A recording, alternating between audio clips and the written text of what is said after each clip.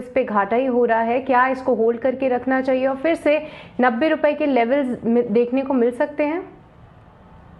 बिल्कुल मुझे लग रहा है कि देखिए ये स्टॉक में अगर ये थोड़ा सा मीडियम टर्म व्यू रखना चाहते हैं तो जरूर इसमें बने रहे, क्योंकि हमको लग रहा है कि कंपनी ने काफी मेहनत से अपने R&D से एक नया प्रोडक्ट लॉन्च किया है जो वेरी जल्दी CNG व्हीकल्स के लिए यूज होने वाला है।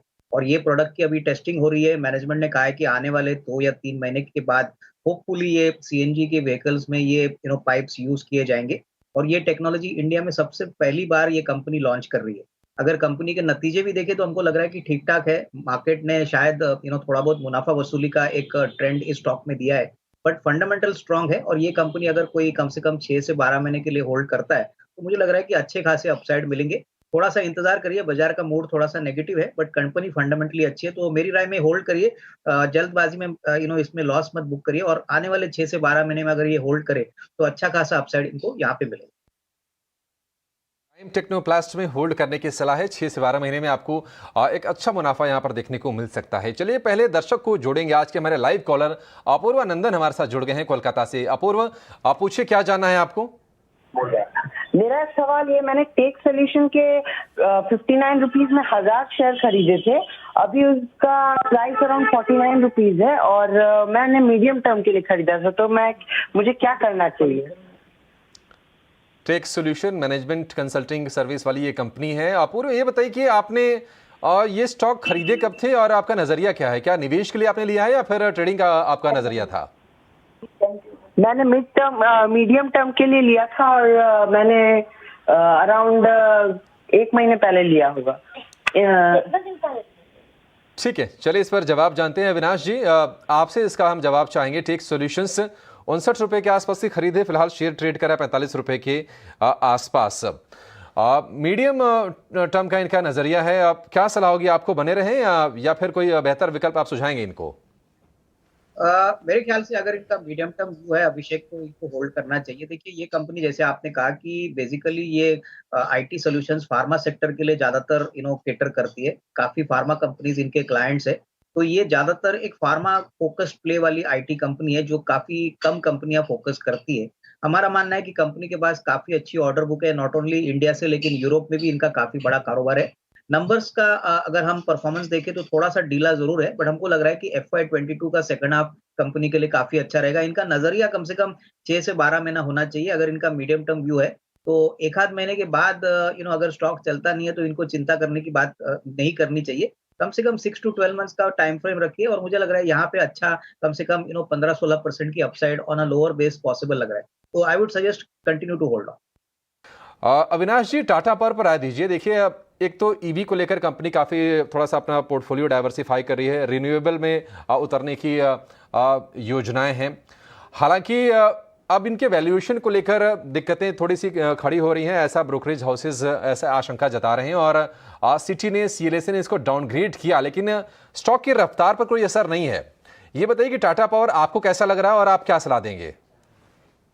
अभिषेक, पहली बात तो टाटा पावर में अगर किसी को पे आउट करना है तो जो टाइम फ्रेम है वो थोड़ा-सा लंबा रखना बहुत ज़रूरी है, क्योंकि इन्होंने जिस प्राइस पे एंटर किया है, वो काफ़ी ऊपरी लेवल पे है। हालाँकि कंपनी के लॉन्ग टर्म प्रोस्पेक्ट्स तो काफ़ी अच्छे हैं, लेकिन ये स्टॉक ऑलमोस्ट 50, 55, 60 रुपए से चला है और एक तरफ़ा इसमें ऊपरी मूवमेंट देखने को मिली है। तो ऑब्वियसली अभी स्टॉक कंसोलिडेट होगा, लेकिन अगर कंपनी के प्रोस्पेक्ट्स की बात करें तो टाटा पावर जो ट्रेडिशनल पावर जनरेशन बिज़नेस में था, उसको ऑब्वियसली तो फोकस में रख रहा है, बट उसके अलावा इलेक्ट्रिक व्हीकल का जो चार्जिंग का बिजनेस है वहां पे काफी स्ट्रांग फोकस करने की बात कर रहा है।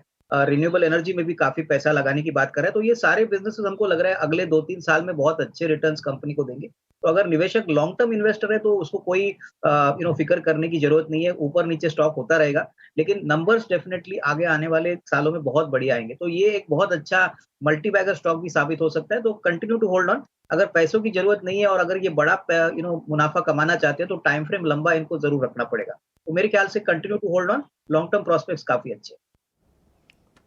ठीक है, लंबी अवधि का भविष्य टाटा पावर का बहुत अच्छा है और जो भी बिजनेस में एंट्री कर रहे हैं वहां पर पोटेंशियल भरपूर है। अविनाश जी, IRFC पर भी राय दीजिए आप।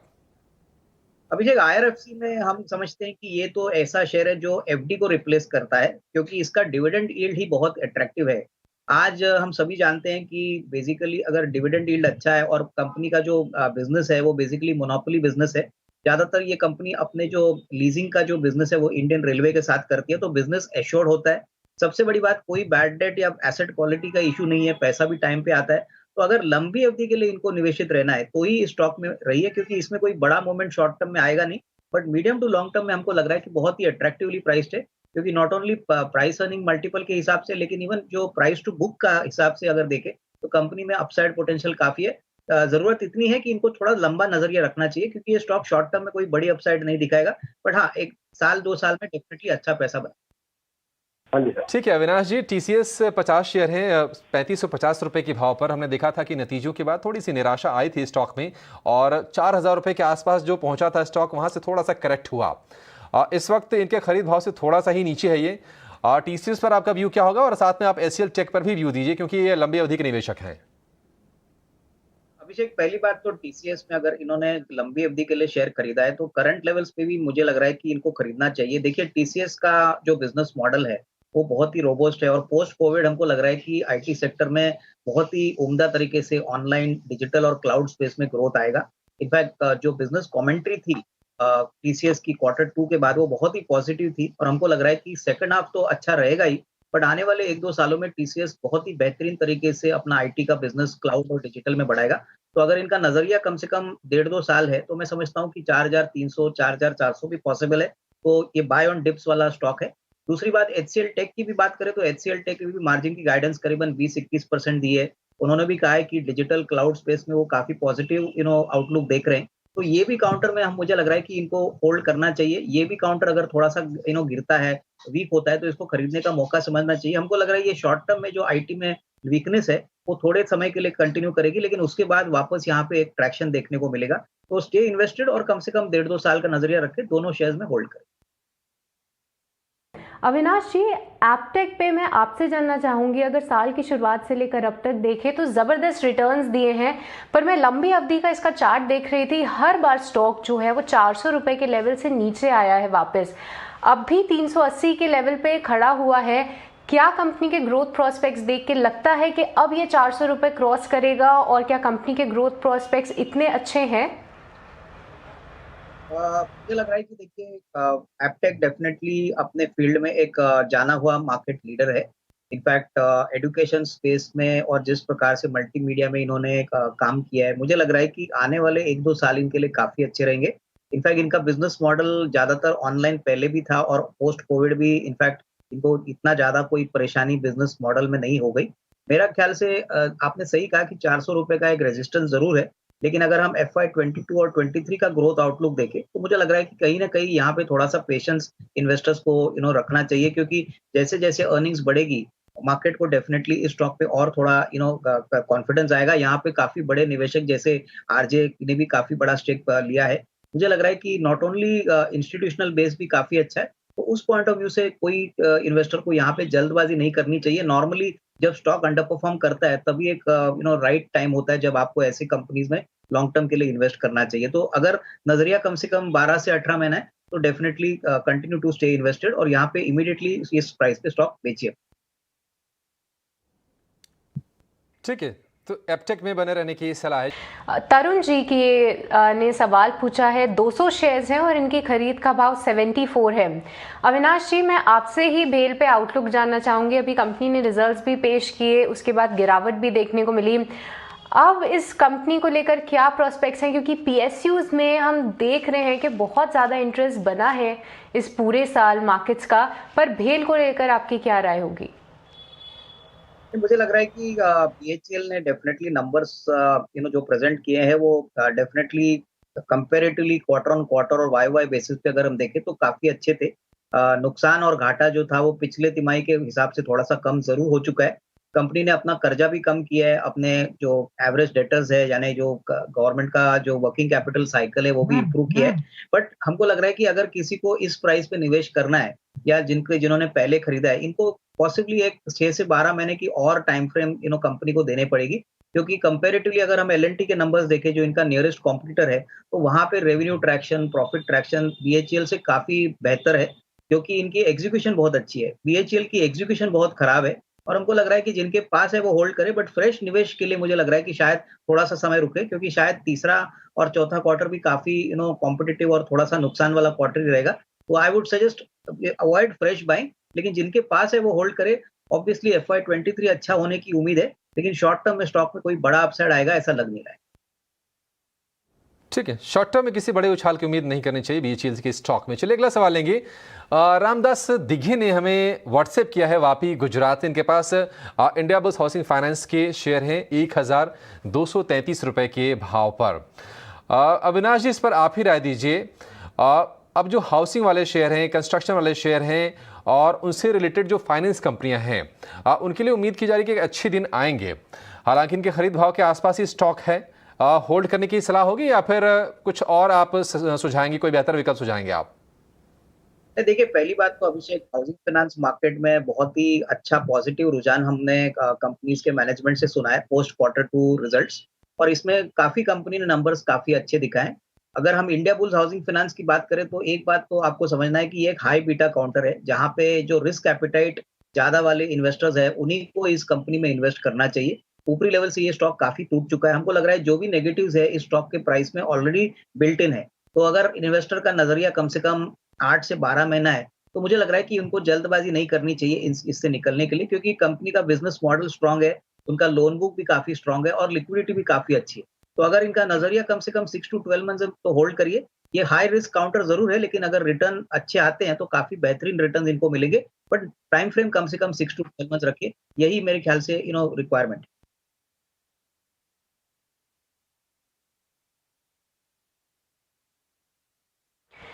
ठीक है, चलिए अब दूसरी क्वेरी लेते हैं। क्लैरेंट केमिकल्स पे राजेश जी ने हमसे सवाल पूछा है। 100 शेयर्स हैं इनके पास और 480 की खरीद है।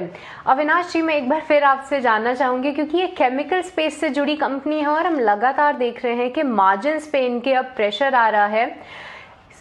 अभी राजेश जी को इस पे मुनाफा हो रहा है, क्या आप इसमें निकलने की सलाह देंगे? और हमें ये भी बताइए कि केमिकल स्पेस को लेकर आपका क्या नज़रिया है, क्योंकि हमने ज़बरदस्त रनअप देखा है ये सारे ही काउंटर्स में। क्या अभी दर्शकों को या निवेशकों को केमिकल कंपनीज में जहां पे उनको मुनाफा हो रहा है होल्ड करके चलना चाहिए, आगे अपसाइड देखने को मिल सकती है, या अगर मुनाफा हो रहा है तो उसे बुक करके निकलें?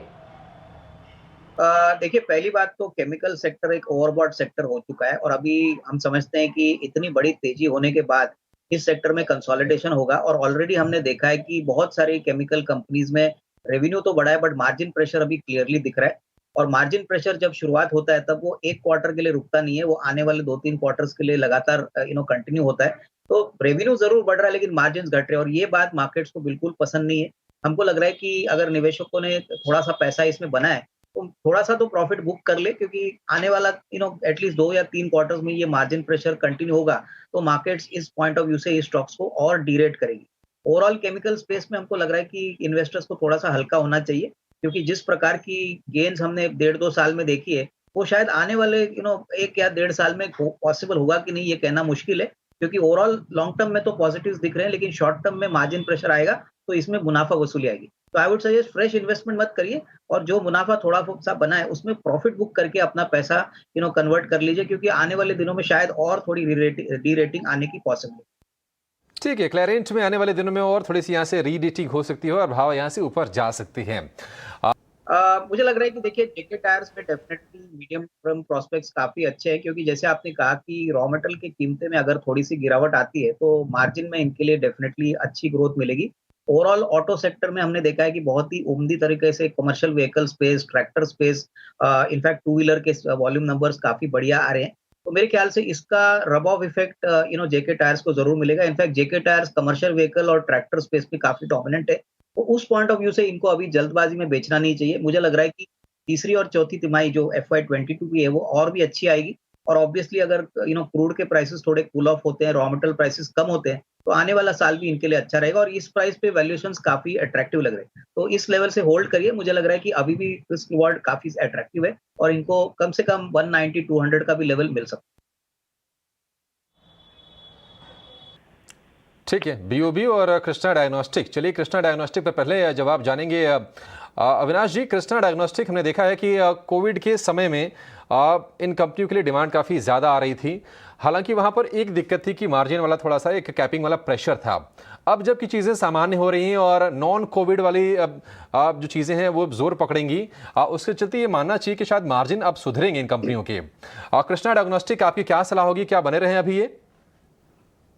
अभिषेक, कृष्णा डायग्नोस्टिक की बात करें तो कंपनी ने बहुत ही डिसअपॉइंटिंग क्वार्टर अपने आईपीओ के लिस्टिंग के बाद प्रेजेंट किया है। हालांकि मैनेजमेंट ने कहा है कि आने वाले क्वार्टर्स में मार्जिन इंप्रूव होगा, लेकिन अगर हम मेट्रोपोलिस जैसे बड़े डायग्नोस्टिक प्लेयर की बात करें तो हाल ही में इन्होंने जो नंबर्स डिक्लेयर किए हैं वो बहुत ही डिसअपॉइंटिंग है। मार्जिन प्रेशर क्लियरली दिख रहा है और आपने सही कहा कि कोविड की डिमांड तो अभी आने वाले क्वार्टर्स में आने की उम्मीद काफी कम है, क्योंकि नॉर्मल सी अभी बहुत जल्दी सभी जगहों पे आ रही है।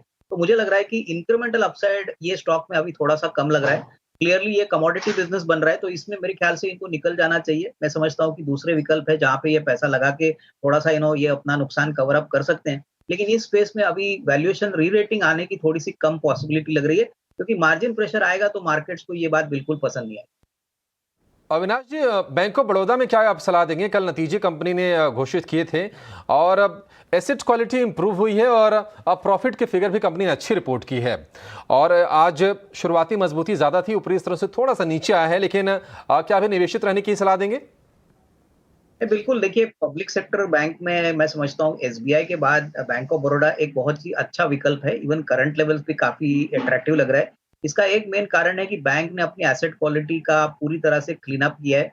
आने वाले दिनों में बैंक ने बहुत इन्वेस्टमेंट टेक्नोलॉजी पे किया है और ऑब्वियसली फ्रॉड मैनेजमेंट और जो एंटी प्रैक्टिसेस होते हैं, पैसा ट्रांसफर करने की, लॉन्ड्रिंग, मनी लॉन्ड्रिंग, इसके लिए भी इन्होंने बहुत इन्वेस्टमेंट किया है। तो हमारा मानना है कि जैसे-जैसे इकोनॉमी में ग्रोथ आएगा, जीडीपी के नंबर्स इंप्रूव होंगे, इंफ्रास्ट्रक्चर में, मैन्युफैक्चरिंग सेक्टर में ऑलरेडी हमको ग्रोथ साइंस दिख रहे हैं, तो इसका फायदा ज़रूर बैंक ऑफ बड़ौदा को ज़रूर मिलेगा। तो मेरे ख्याल से निवेशित रहिए, कम से कम 140-150 का नियर टर्म का टारगेट बनता है और मेरे ख्याल से यहाँ पे अगर इनको कोई जल्दबाजी नहीं है, तो थोड़ा वो ये एवरेज भी कर सकते हैं। हमारा मानना है कि ये डेफिनिटली पीएसयू स्पेस में काफ़ी वेल मैनेज्ड बैंक।